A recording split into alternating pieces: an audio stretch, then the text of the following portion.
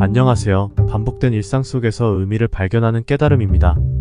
오늘은 한 가지 깊은 주제에 대해 이야기하고자 합니다. 그것은 쇼펜하우어가 말하는 인간의 본질과 고민에 관한 5가지 주제입니다. 첫 번째 주제는 인간은 항상 본질에서 벗어나기 위해 애쓴다입니다. 우리는 종종 무언가를 달성하거나 성공을 추구함으로써 우리의 본질을 잃기 시작합니다. 우리는 돈, 권력, 명예, 사회적 지위와 같은 외부적인 것들을 중요시하고 이들을 향한 열망이 우리의 행동을 주도하기 시작합니다. 이로써 우리는 자신의 내면과 연결을 잃고 무엇이 정말 중요한지 감을 잃게 됩니다. 또한 현대사회에서는 기술의 발전과 소비 문화가 더욱 강화되어 우리의 본질을 더욱 잊게 만들 수 있습니다.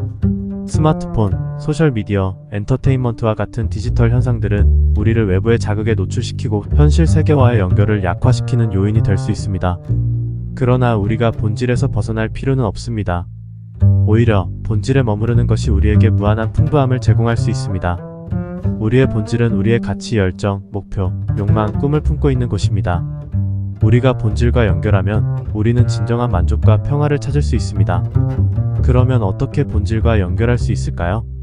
우리는 명상이나 자연에서 보내는 시간 또는 감사의 표현 등을 통해 우리의 내면과 연결할 수 있습니다. 이러한 실천을 통해 우리는 내면의 목소리를 듣고 본질에서 벗어나는 과정을 멈출 수 있습니다. 다시 말하면 인간은 종종 외부적인 것들에 열중하며 본질에서 벗어나는 경향이 있지만 본질에 연결함으로써 우리는 진정한 만족과 평화를 찾을 수 있습니다. 이것은 우리의 삶에 대한 깊은 고민과 통찰을 가져다 줄 수 있는 주제 중 하나입니다. 두 번째 주제는 불행은 인간의 본성이다입니다. 이 주제는 우리의 삶과 존재에 대한 깊은 고민을 불러일으키는 주제입니다. 우리는 종종 행복을 추구하고 불행을 피하려고 노력합니다. 하지만 불행은 우리의 삶에서 피할 수 없는 부분입니다. 이것은 우리가 본성적으로 삶의 어려움과 도전을 마주하며 그것을 극복하려는 본능을 가지고 있다는 것을 의미합니다. 우리는 종종 외부의 조건, 물질적인 성취, 관계, 건강 등을 통해 행복을 찾으려고 노력합니다. 그러나 이러한 외부적인 것들은 일시적인 만족감을 줄 수 있지만 진정한 행복은 내면에서 나오는 것입니다. 불행은 우리에게 성장의 기회를 제공합니다. 어려움을 극복하고 불행을 극복하는 과정은 우리를 더 강하게 만들고 더 나은 인간으로 성장하게 합니다. 불행을 통해 우리는 우리 자신을 더 잘 이해하고 무엇이 정말 중요한지 깨닫게 됩니다. 또한 불행은 우리에게 동정심, 연민, 다른 사람들에 대한 이해를 기를 수 있는 기회를 제공합니다. 우리가 불행을 경험하면 다른 이들이 겪는 어려움을 이해하고 그들을 지원하려는 욕구가 생기게 됩니다. 한마디로 불행은 우리의 삶에서 피할 수 없는 부분이며 이는 인간의 본성 즉 본질입니다. 그러나 불행은 우리에게 성장의 기회를 주고 진정한 행복을 찾는 길을 열어줄 수 있습니다.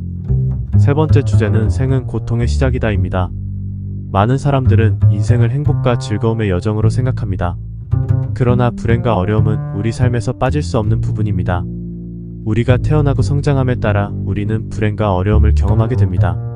이것은 우리의 삶의 과정에서 불가피한 부분이며 우리의 성장과 변화의 일부입니다. 불행은 종종 우리를 깨우치게 하며 성장의 계기가 될 수 있습니다. 어려움을 극복하고 불행을 이해하며 우리 자신을 깨닫는 과정을 통해 우리는 더욱 강하고 현명한 사람으로 성장할 수 있습니다. 또한 불행은 우리에게 연민과 이해를 가르쳐 줍니다. 우리가 불행을 경험하면 다른 이들의 어려움에 대한 이해와 공감을 키울 수 있으며 그들을 지원하려는 욕구가 강해집니다. 생은 또한 무엇이 정말로 중요한지를 고민하게 만듭니다. 불행을 통해 우리는 소재적인 것보다 정신적인 풍부함과 정체성의 중요성을 깨닫게 됩니다. 생은 고통의 시작이라는 주제는 우리의 삶과 존재에 대한 깊은 생각을 불러일으키는 주제로 불행과 어려움은 우리의 삶의 일부이며 우리는 그것들을 통해 더 강하고 현명한 사람으로 성장할 수 있습니다. 네 번째 주제는 우리는 항상 죽음을 기다린다입니다. 죽음은 우리가 직면해야 할 주제 중 하나입니다.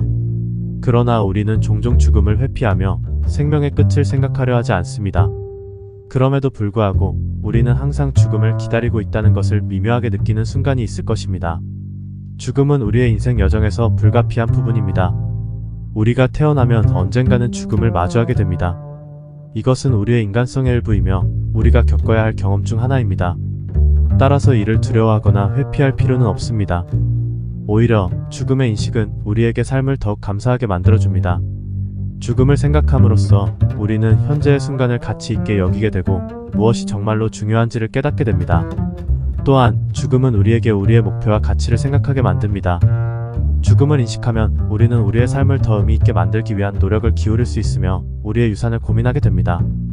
환원하면 우리는 항상 죽음을 기다린다는 주제는 우리의 삶과 존재에 대한 깊은 고민을 불러일으키는 주제 중 하나입니다. 죽음은 우리의 인생 여정의 불가피한 부분이며 이를 인식함으로써 우리는 삶을 더욱 의미 있게 살아갈 수 있습니다. 마지막 5번째 주제는 반성 없는 인생은 무슨 가치가 있을까? 입니다. 우리는 종종 일상생활에 바쁘게 몰두하면서 반성하는 시간을 찾지 않는 경향이 있습니다. 하지만 반성은 우리의 성장과 개발의 필수적인 부분입니다. 우리는 어떻게 더 나은 인간이 될 수 있는지, 우리의 행동과 선택에 대한 책임을 어떻게 느낄 수 있는지를 고민해봐야 합니다. 반성 없는 인생은 목표와 가치를 잃게 만들 수 있습니다. 우리가 왜 어떤 일을 하는지, 우리의 목표가 무엇인지를 생각하지 않으면 삶은 무의미해질 수 있습니다. 반성은 우리가 원하는 방향으로 나아가게 도와줄 수 있습니다. 또한 반성은 우리의 관계에도 영향을 미칩니다. 다른 사람들과 어떻게 상호작용하고 우리의 행동이 다른 이들에게 미치는 영향을 고려하는 것은 중요합니다. 반성을 통해 우리는 더 나은 커뮤니케이션과 관계 구축의 능력을 키울 수 있습니다. 반성은 또한 우리의 행복과 만족도와 관련이 있습니다. 우리는 우리의 성공과 실패, 우리의 감정과 목표에 대해 생각하며 무엇이 우리를 진정으로 만족시키는지 파악할 수 있습니다. 즉, 반성 없는 인생은 무슨 가치가 있을까? 라는 주제는 우리의 삶과 존재에 대한 깊은 고민을 불러일으키는 주제 중 하나입니다. 반성은 우리의 성장, 목표, 가치, 관계, 행복에 영향을 미치며 이런 주제들에 대한 대화는 시청자분들에게 더 나은 삶을 찾는 데 도움을 주고 자기인식과 목표 설정에 대한 깊은 고민을 유도할 수 있습니다. 오늘 하루도 쇼펜하우어의 이 말들을 생각하며 보다 나은 나를 만들어가면 어떨까요? 감사합니다.